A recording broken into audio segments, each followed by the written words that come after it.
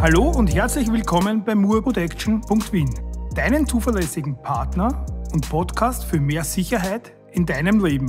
Mein Name ist Tom Moore. In diesem Beitrag erläutern wir eine an uns wirklich oft gestellte Frage. Wie passen die Themen Personenschutz, Bushcraft und Survival zusammen und welchen Nutzen kann die Zivilbevölkerung daraus ziehen? Bestimmt merkst du bereits an der Fragestellung, dass es sich hier um eine komplexe Thematik handelt, welche gut erklärt werden möchte. Tauchen wir gemeinsam in eine spannende Materie ein. Ich beginne mit Bushcraft. Was genau bedeutet es und wo kommt es her? Bushcraft setzt sich aus den englischen Wörtern Bush und Craft zusammen, welches wir als Buschhandwerk oder Buschfähigkeiten übersetzen können. Also quasi zurück zu den Wurzeln. In unserem multimedialen Zeitalter wurden viele dieser ursprünglichen Überlebensfähigkeiten vergessen bzw. niemals erlernt. PC-Anwendungen jedoch werden heute bereits im Vorschulalter mitgegeben, aber Bushcraft-Kenntnisse gingen dabei völlig verloren. Die Terrorgefahr, Überbevölkerung, Umweltverschmutzung, soziale Unsicherheit, die Bankenkrise sowie gravierende Klimaveränderungen sind jedoch ein Bestandteil des großen Umdenkens geworden. Wie sieht dieses Umdenken genau aus? Bei Bushcraft geht es viel mehr als nur um die Lehre von Überlebenstechniken, wie etwa beim Survival. Hier geht es um die Entscheidung, in und mit der Natur in Koexistenz leben zu wollen bzw. zu können. Ein Freiheitsgefühl, umweltschonend ein Teil der Natur zu werden. Mit Kreativität, primitiver Ausrüstung und handwerklichem Geschick lernt der Bushcrafter schnell die Vorbereitung und das Entfachen von Feuer, Nahrungsaufnahme sowie den Bau eines geeigneten Unterschlupfes im Wald, einen sogenannten Shelter. Auch die Orientierung mittels Kompass oder anderen Hilfsmitteln gehört hierbei genauso wie die Erste-Hilfe-Maßnahmen bedacht. Tatsächlich halten wir Bushcraft für eine Lebenseinstellung, genauso wie die Sicherheitsthematik, welche sich hervorragend damit kombinieren lässt. Angelehnt an das Survival-Überlebenswissen bis hin zum absoluten Überlebenswillen. Das alles sind Dinge, die die meisten Menschen erstmal wieder erlernen müssen. Näheres findest du unter moorprotection.wien. Man erkennt bereits wichtige Zusammenhänge, welche in Verbindung mit etwas Allgemeinwissen eine zuverlässige Hilfestellung und realistische Lösungsansätze in verschiedenen Situationen darstellen werden. Da sind wir bereits am Nutzen für die Zivilbevölkerung angekommen. Zusätzlich zu den Bushcraft- und Survival-Wissen, auf welches wir immer wieder in verschiedenen Themen genauer eingehen werden, stelle ich dir meine Erfahrung als Informationen zum Gedankenanstoß vor, welche ich in meiner beruflichen Laufbahn im internationalen Personenschutz oder auch auf meinen Abenteuern erlebt und überlebt habe. Ich werde hier Themen durchnehmen, an welche du bestimmt noch nicht gedacht hast. Ein Mehrwert für dein weiteres Leben, mit Sicherheit. Hier ein Fallbeispiel. Was mache ich, wenn ich bei einer Bergwanderung die Orientierung verloren habe, Unwetter aufzieht, es bereits regnet und donnert und kein sicherer Unterstand in Sichtweite sich befindet? Ein durchaus denkbares, reales Szenario.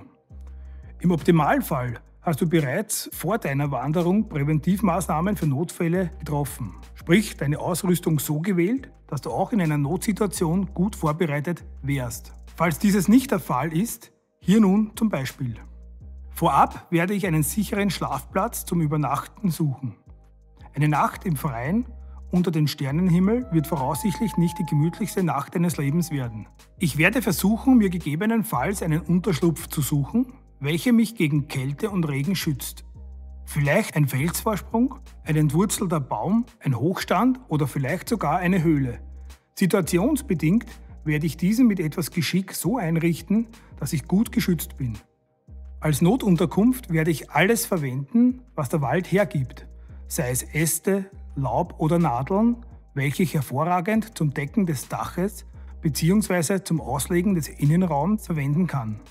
Vermeide Plätze, an denen eine hohe Feuchtigkeit herrscht. Besonders im Winter sorgt die Nässe dafür, dass du schneller auskühlst. Auch lästige Mücken werden durch Nässe angezogen. Achte auch darauf, dass sich keine toten Äste in den Bäumen über dir bzw. über der Notunterkunft befinden, die bei Sturm herunterfallen könnten. Unterschlupf abgeschlossen. Jetzt kümmern wir uns um den Wärmehaushalt des Körpers. Ein Feuer muss her. Da wir kein Feuerzeug zur Verfügung haben, müssen wir zurück zu der ursprünglichsten Form des Feuermachens, dem Feuerbohren. Es erfordert etwas Geschick und viel Übung. Dennoch ermöglicht mir diese Form mit wenig Hilfsmittel wie einem Messer und einem Stück Schnur, zum Beispiel Schnürsenkel, ein Feuer zu entzünden. Alles zum Thema Feuerbohren findest du demnächst auf unserer Website moorprotection.wien. Natürlich kannst du auch andere verfügbare Hilfsmittel wie etwa einen Feuerstahl verwenden. Als besonders hilfreiche Zunder- oder Anfeuerungsmaterialien eignen sich trockener Farn, trockene Gräser sowie Birkenrinde. Auch Watte kann verwendet werden. Wähle die Feuerstelle am besten so, dass diese von der Notunterkunft nicht allzu weit entfernt ist. Achte darauf, dass der Boden dieser Stelle feuerfest und nicht zu locker ist.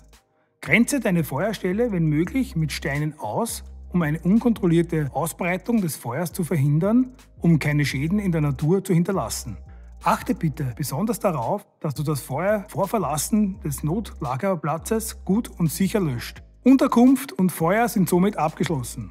Nun werden wir das Regenwasser für uns nutzen.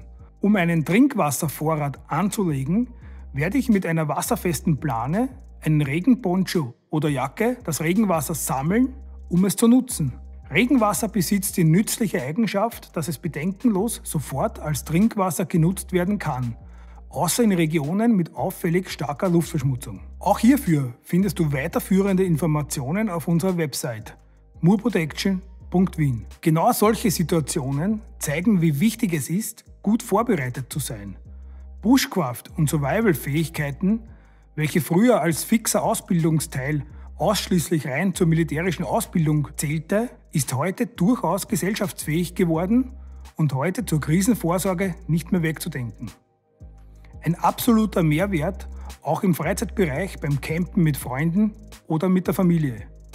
Ich wünsche dir, dass du nie in eine Situation kommst, aber falls doch, können diese Tipps helfen, um zu überleben. Ich freue mich, wenn du unseren Kanal abonnierst. Bis demnächst, mein Name ist Tom Moore.